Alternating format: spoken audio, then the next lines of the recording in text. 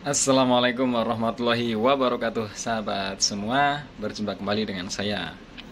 Perkenalkan, nama saya Ma'ruf. Barangkali ada teman-teman yang belum kenal ya. Perkenalkan, nama saya Ma'ruf. Saya adalah orang yang pernah terkena asam lambung yang disertai kecemasan ya. Kecemasan yang saya alami itu sangat aneh ya. Hal-hal yang tidak perlu dicemaskan buat saya itu menakutkan dan saya cemas ya. Bagaimana saya bisa menjalani hari-hari setiap harinya sampai sembuh, alhamdulillah ya. Panjang teman-teman ya, butuh perjuangan ya. Karena saya mengalami ketakutan itu dari takut keluar rumah ya.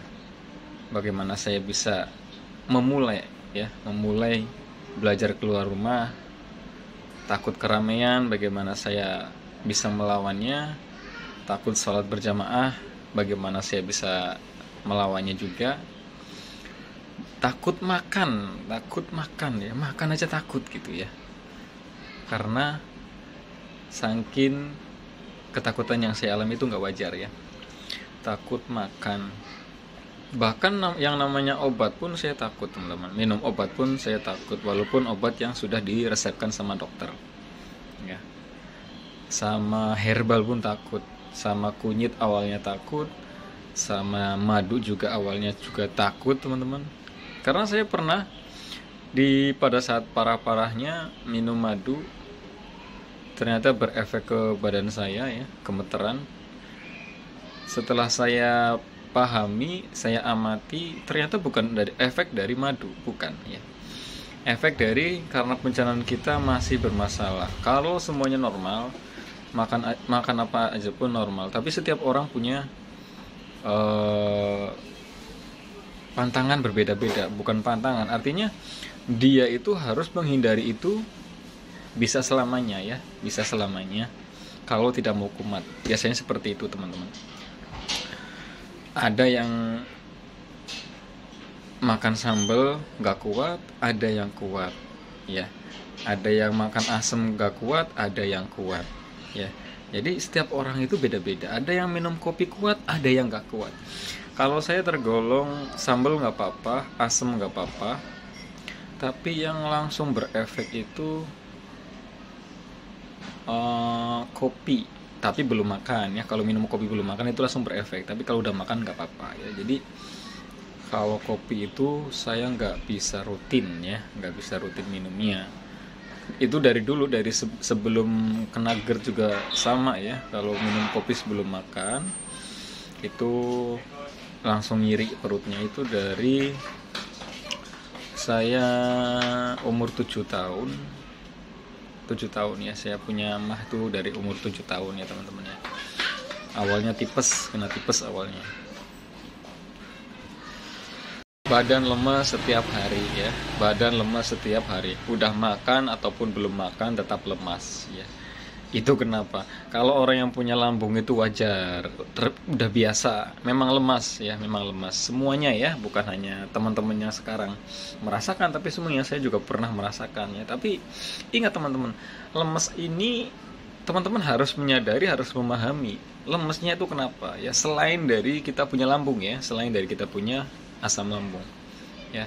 Misalkan belum makan, misalkan kurang minum, misalkan kurang istirahat, misalkan tensi kita lagi turun, misalkan gula darah kita lagi turun, seperti itu ya teman-teman ya. Kayak misalkan istri saya nih, jadi dia itu kalau belum makan itu katanya kakinya gemeteran ya, gemeteran katanya. Berarti kan yang kakinya gemeteran itu bukan hanya orang yang punya asam lambung, tapi orang sehat pun kalau belum makan kakinya gemeteran ya. Bisa dipahami ya teman-teman ya. Apalagi orang yang punya gangguan lambung, pencernaannya sedang bermasalah, makanya dijaga banget, makanya yang gampang dicerna, cepat kosong lambungnya, udah gitu nutrisinya nggak terserap sepenuhnya oleh tubuh, akhirnya gemeteran, sering lemas seperti itu ya. Tapi seperti yang tadi awal saya sampaikan, bahwa lemas ini selain dari lambung itu memang ada sebabnya. Kalau saya biasanya saya pahami nih lemesnya kenapa. Misalkan 2 jam atau 3 jam setelah makan, udah makan kok lemes gitu ya, udah makan kok lemes, berarti kita salah makan. Nah seperti itu. Terus kita nggak salah makan nih, tapi tiba-tiba lemes. Pencernaan kita itu di perut sedang mencerna makanan tersebut karena belum maksimal. Akhirnya apa? Timbullah lemas. Semua orang yang pencernaannya belum maksimal atau makan makanan yang susah dicerna, pasti timbulnya lemas, teman-teman. Lemas.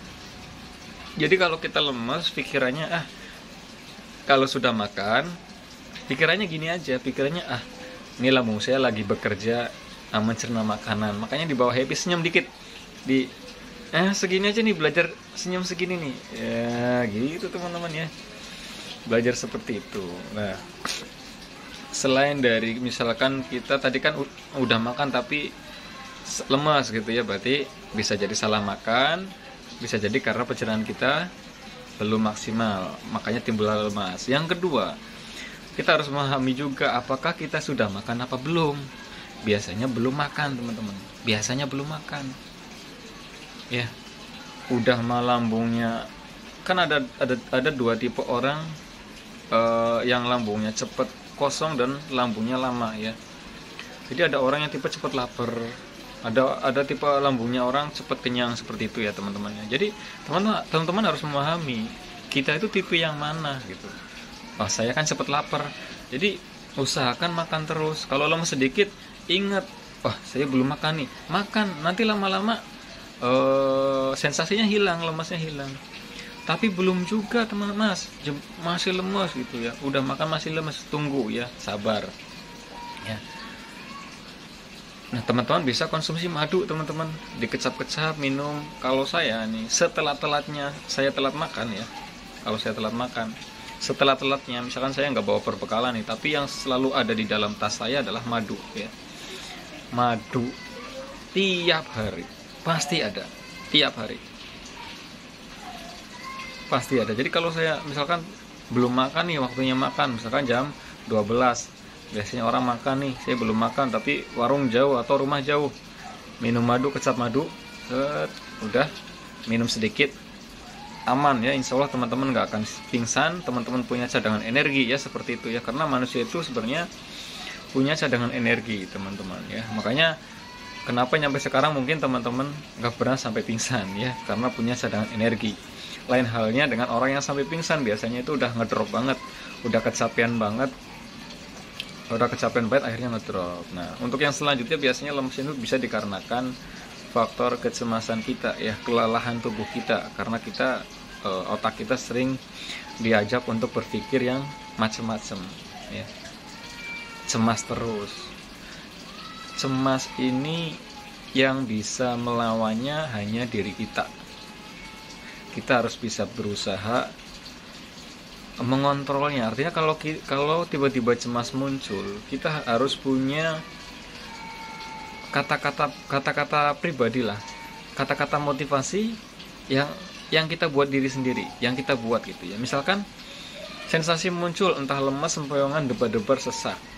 Gini aja, kalau saya dari dulu itu saya selalu begini. Dulu itu udah pernah muncul, sekarang muncul, rasanya itu sama dulu malah parahan dulu. Sekarang muncul berarti sekarang tidak akan apa-apa. Sekarang tidak akan apa-apa lah, sambil senyum.